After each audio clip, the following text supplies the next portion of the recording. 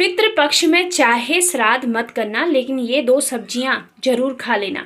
नाराज पितृ हो जाएंगे खुश और बढ़ेगा बैंक बैलेंस। नमस्कार दोस्तों, क्या आपने कभी सोचा है कि एक छोटे से संस्कार से परिवार के रिश्ते कितने बदल सकते हैं।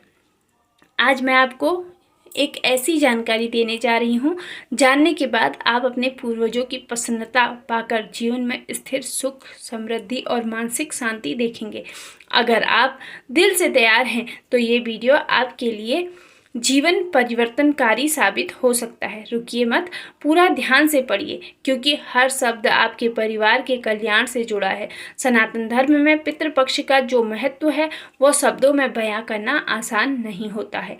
इसे श्राद्ध पक्ष या कनागत भी कहा जाता है। हर वर्ष भाद्रपद माह की पूर्णिमा से लेकर अश्विन माह की अमावस्या तक ये पर्व चलता है और इस काल का पूरा उद्देश्य हमारे पूर्वजों की आत्मा की शांति तथा उनके प्रति हमारी कृतज्ञता व्यक्त करता है। इस साल 2025 में पितृपक्ष की शुरुआत 7 सितंबर रविवार से हो चुकी है और ये पूरी अवधि 21 सितंबर 2025 की तक रहेगी और उस दिन सर्वपित अमावस्या बनाई जाएगी।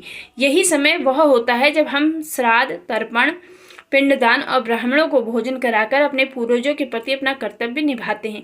पितृपक्ष का आध्यात्मिक संदेश ये है कि हमारे पूर्वज हमारे जीवन, भाग्य और परंपराओं के आधार हैं। शास्त्रों में कहा गया है कि इस काल में हमारे पूर्वज पितृलोक से धरती पर आकर अपने परिवार पर दृष्टि रखते हैं। ये देखते हैं कि परिवार वाले उनके प्रति श्रद्धा दिखा रहे हैं या फिर नहीं।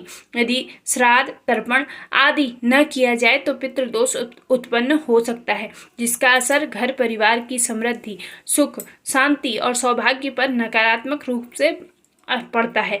इसलिए ये समय संवेदनशील और अत्यंत पवित्र माना गया है। जब पितृदोष रहता है तो घर में बरकत नहीं रहती। आप देखेंगे कि चाहे कितनी मेहनत की जाए, बार बार काम रुकते हैं, नए प्रोजेक्ट या घरेलू काम बिगड़ते हैं, काम में रुकावट आती है और रिश्तों में कड़वाहट बढ़ जाती है। ज्योतिष और शास्त्र इसे कड़वा सच कहते हैं। ये घर में दरिद्रता पैर पसार लेती है। शास्त्रों में दरिद्रता को माता लक्ष्मी की बहन कहा गया है। जहाँ दरिद्रता वास करती है वहाँ माता लक्ष्मी नहीं टिकती। परिणाम स्वरूप आर्थिक कमजोरी, मान प्रतिष्ठा में गिरावट और पारिवारिक तनाव के रूप में ये सब प्रकट होता है। इसलिए पितृपक्ष में ध्यान रखना, श्राद्ध विधि विधान से संपन्न करना और पितरों को स्वच्छ अर्पण करना अत्यंत आवश्यक है। पितृपक्ष का साधारण शब्दों में अर्थ ये है कि आप पितरों का सम्मान करें, उनकी स्मृति में श्रद्धा पूर्वक कर्म करें और उनके नाम से भोग अर्पित करें। इससे उनकी आत्मा को शांति मिलेगी और आपके परिवार पर इसका आशीर्वाद बरसेगा। जब आप पितरों के निमित्त तर्पण, पिंडदान और ब्राह्मण भोज कराते हैं तो न केवल उनकी आत्मा को मुक्ति मिलती है, बल्कि पितृदोष भी कम या समाप्त होता है। परिणाम स्वरूप जीवन में रुके हुए कार्य चलते हैं, आर्थिक स्थिति सुधरती है, रिश्तों में मिठास आती है और घर में स्थायी समृद्धि दिखाई देती है। यदि किसी कारणवश आपने किसी पूर्वज की मृत्यु तिथि पर श्राद्ध नहीं कर पाया या उनकी तिथि आपको मालूम नहीं है तो चिंता की जरूरत नहीं है। ऐसे मामलों में सर्वपित अमावस्या इस वर्ष 21 सितंबर 2025 पर पूरे विधि विधान से श्राद्ध करने का विशेष महत्व है। इसी दिन उन सन्यासियों, साधुओं और जिन पूर्वजों की तिथि अज्ञात हो उनका समाष्टि में श्राद्ध किया जाता है। इससे पितरों की आत्मा को शांति मिलती है और पितृदोष का निवारण होता है। इसलिए जब भी आप अनिश्चितता का सामना करें, सर्वपित अमावस्या पर श्राद्ध कर लें, जिससे आप जीवन की कई दिक्कतों से मुक्ति पाएंगे। श्राद्ध या तर्पण का कार्य दोपहर 12 बजे के बाद करने से अनुकूल फल मिलने की परंपरागत मान्यता है। दिन में कुतुब और रोहिणी मुहूर्त श्राद्ध के लिए अति शुभ माने जाते हैं। श्राद्ध के समय किसी योग्य ब्राह्मण को घर में बुलाकर मंत्रों का उच्चारण करना उत्तम माना जाता है। पूजा के बाद तर्पण हेतु जल का समर्पण करें। तर्पण के बाद गाय, कुत्ता और कौवे के लिए भोजन निकालना चाहिए और इन्हें श्रद्धा भाव से भोजन कराया जाए तो इससे पितरों की आत्मा संतुष्ट होती है। श्राद्ध करते समय शुद्धता का विशेष ध्यान रखें। बिना स्नान के पिंडदान या श्राद्ध कर्म न करें और लोहे के बर्तन का प्रयोग ना करें। तांबे, पीतल और अन्य शुद्ध धातु के बर्तन प्रयोग में लाएं। इन नियमों का पालन न होने पर श्राद्ध के फल प्रभावित हो सकते हैं। 21 सितंबर 2025 को सर्वपिता अमावस्या के रूप में अंतिम श्राद्ध होगा और इसी दिन पितृ पक्ष का समापन होगा। इन तिथियों पर विधि पूर्वक श्राद्ध करने से पितरों की कृपा बनी रहती है और आप अपने जीवन में सकारात्मक बदलाव देखेंगे। शास्त्रों में कुछ खाद्य पदार्थ और चीज़ें ऐसी बताई गई हैं जिनका पितरों को अर्पण तथा इनका सेवन करने से पितृदोष घटता है और पितृ प्रसन्न होते हैं। सबसे पहले खीर का उल्लेख आता है। खीर को सनातन परंपरा में अत्यंत पवित्र और प्रिय माना गया है। दूध, चावल और शक्कर से बनने वाली ये मिठाई सात्विक मानी जाती है और विष्णु भगवान को भी खीर बहुत प्रिय है। पितृ पक्ष में खीर को शुद्ध घी में बनाकर पितरों को अर्पित करने पर परिवार को सुख, समृद्धि और स्वास्थ्य का आशीर्वाद मिलता है। इसके बाद हलवा का महत्व है। सूजी या आटे का हलवा शुद्ध घी और शक्कर से बनाकर अर्पित किया जाता है। ये भी सात्विक और श्राद्ध भोज का अभिन्न हिस्सा माना जाता है। इन दोनों का अर्पण करने के बाद स्वयं और परिवार को इसका भोग देना भी शास्त्रों में सुझाया गया है। कद्दू और लौकी जैसे साग भाजी का विशेष स्थान है। कद्दू की सब्जी पितृपक्ष में बनाकर अर्पित करने से पितृ प्रसन्न होते हैं और जीवन में सुख, शांति, समृद्धि बनी रहती है।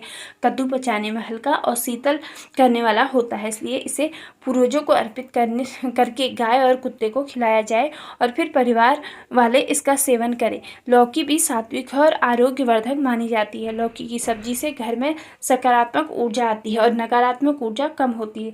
आयुर्वेद में भी लौकी को लाभकारी माना गया है, इसलिए श्राद्ध में इसका स्थान विशेष है। इन सब्जियों को बनाते समय शुद्धता का विशेष ध्यान रखें। अलग से पकाए हुए बिना लहसुन, प्याज के और सादगी के साथ अर्पण करें।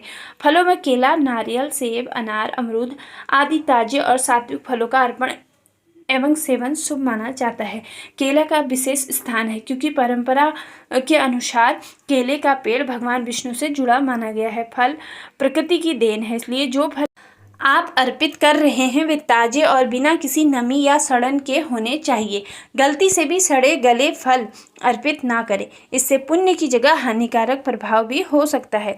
तोरई और अन्य हल्की पचने वाली सब्जियां श्राद्ध भोज में निश्चलता और सात्विकता बनाए रखती हैं। इनका सेवन श्राद्ध करने वाले के लिए भी शारीरिक रूप से लाभदायक रहता है और मानसिक शांति प्रदान करता है। पंचामृत का उपयोग पूजा पाठ व हवन में होता है। ये दूध, दही, घी, शहद और शक्कर से बना होता है और इसे देवताओं और पितरों को समर्पित करने से मन और देह दोनों ही शुद्ध होते हैं। पंचामृत का भोग परिवार को भी दिया जाता है, इससे मनोकामनाएं पूर्ण होने की मान्यता है। तिल का बड़ा आध्यात्मिक महत्व है। तिल को पाप नाशक कहा गया है और तिल का दान जल, अन्न, पिंड में मिलाकर करने से पितृदोष और ग्रह दोष दोनों से राहत मिलती है। शहद को अमृत तुल्य माना गया है। तिल और शहद का अर्पण पितरों को तृप्ति देता है और परिवार को स्वास्थ्य, समृद्धि और दीर्घायु का आशीर्वाद मिलता है। प्राचीन ग्रंथों में इनका विशेष उल्लेख है और दान करने से अक्षय पुण्य की प्राप्ति होती है। श्राद्ध के समय जो भी व्यंजन बनाए जा रहे हैं वो पूर्ण रूप से स्वच्छ होने चाहिए। लहसुन और प्याज का प्रयोग करना वर्जित है। विशेष रूप से महिला परंपरागत रूप से ये बात मानी जाती है कि पितृपक्ष में इनका प्रयोग ना करें। कच्चे सलाद में भी किसी तरह की अप्राकृतिक तीखी सामग्री ना डालें। भोजन शुद्ध, सरल और निर्वत होना चाहिए। श्राद्ध में लोहे के बर्तन का प्रयोग नहीं करें। तांबे या पीतल जैसे बर्तनों का उपयोग उपयुक्त माना जाता है। स्नान, साफ सफाई और शुद्ध कपड़ों का प्रयोग आवश्यक है। बिना स्नान किए श्राद्ध ना करें। इन बातों का पालन करने से श्राद्ध के प्रभाव अधिक स्पष्ट और शीघ्र दिखते हैं। पितृपक्ष के दौरान पीपल के वृक्ष की पूजा अर्चना करना श्राद्ध कर्म का एक हिस्सा हो सकता है और शास्त्रों में इसे स्वीकार्य माना गया है। पीपल के नीचे दीपक कब जलाना चाहिए? सुबह के समय यदि आप पीपल पर दीपक जलाना चाहते हैं तो सुबह 7 से लेकर 10 बजे के बीच दीपक प्रज्वलित करना शुभ है। इस समय 1 लोटा जल पीपल पर चढ़ाने और उसके समीप दीपक रखने से जातक की इच्छाएं पूरी होने का विधान बताया गया है। शाम के समय सूर्यास्त के बाद विशेषकर शाम 5 बजे से 7 बजे के बीच भी दीपक जलाना शुभ माना गया है। इस समय सरसों के तेल का उपयोग कर दीपक जलाने पर जलाएं और पीपल की परिक्रमा करने से लाभ होता है, परंतु रात 8 बजे के बाद पीपल के पास दीपक जलाने से बचना चाहिए, क्योंकि शास्त्रों के अनुसार इस समय पीपल में दरिद्रता का वास हो सकता है। गुरुवार और शनिवार को पीपल के नीचे दीपक जलाना अत्यंत शुभ माना जाता है, जबकि रविवार के दिन पीपल के नीचे ना जाने और ना दीपक जलाने की सलाह दी जाती है। माना जाता है कि रविवार के दिन पीपल में दरिद्रता देवी का वास होता है, जो दुर्भाग्य ला सकती है। इसलिए इन निर्देशों का पालन करते हुए समय और दिन का विशेष ध्यान जरूर रखें। यदि आप अपने पूर्वजों की तिथि भूल गए हैं या पता नहीं है तो क्या करें? एक सहज उपाय ऐसी स्थिति में सामान्य है और घबराने की आवश्यकता नहीं है। सर्वपितृ अमावस्या पर पूरे विधि विधान से श्राद्ध करने से अनिश्चित तिथियों वाले पूर्वजों का श्राद्ध भी पूरा मान्य होता है। सर्वपितृ अमावस्या पर पिंडदान, तर्पण और ब्राह्मण भोजन क्रमबद्ध तरीके से करने से पितृदोष का निवारण होता है और आप जीवन में आने वाली बाधाओं से मुक्त हो सकते हैं। इसलिए जो लोग किसी कारणवश पूर्वजों की मृत्यु तिथियां नहीं जानते हैं या इस दिन पूरी निष्ठा से श्राद्ध करें और आत्मिक शांति प्रदान करें। दोस्तों, कर्म से बड़ा कोई उपाय नहीं। यदि आपने अपने पूर्वजों के लिए श्राद्ध मन से अर्पण किया है, इसके प्रति प्रेम, सम्मान और कृतज्ञता का प्रतीक है। यही भाव सबसे अधिक प्रभावित होता है। जब आप नियमित रूप से श्राद्ध, तर्पण और दान करेंगे, तब आप अनुभव करेंगे कि किस तरह जीवन में रुके हुए कार्यों को गति मिलती है, कैसे रिश्तों में मिठास आती है और किस तरह परिस्थितियां आपके पक्ष में काम करने लगती हैं। दोस्तों, उम्मीद करती हूँ कि ये विस्तृत जानकारी आपके लिए उपयोगी रही होगी। यदि आपने अभी तक इस जानकारी को अपने घर में लागू नहीं किया है तो इस पितृपक्ष में विधिवत कर्म कर के देखें। आपकी श्रद्धा और शुद्ध भावना भी सबसे बड़ा उपाय है। ये जानकारी आपके काम आई हो तो इसे अपने परिवार, मित्रों और बुजुर्गों के साथ साझा जरूर कीजिए, ताकि इनको भी लाभ हो सके और उनका जीवन सुखी बने। आपका आशीर्वाद और आपकी श्रद्धा ही हमारे लिए प्रेरणा है। कृपया एक अच्छा सा लाइक दीजिए, अपने अनुभव और सवाल कमेंट बॉक्स में लिखकर साझा करिए और हमारे चैनल को सब्सक्राइब कर लेना ना भूलें, ताकि हम आपके भविष्य में और भी उपयोगी और पवित्र विषयों पर मार्गदर्शन दे सके। जय दादा पितृ महाराज। अपने पूर्वजों को श्रद्धा के साथ स्मरण कीजिए और अपने परिवार में सुख, शांति तथा समृद्धि स्थापित कीजिए। वीडियो के अंत तक बने रहने के लिए आप सभी लोगों का दिल से धन्यवाद। राधे राधे। जय श्री कृष्ण।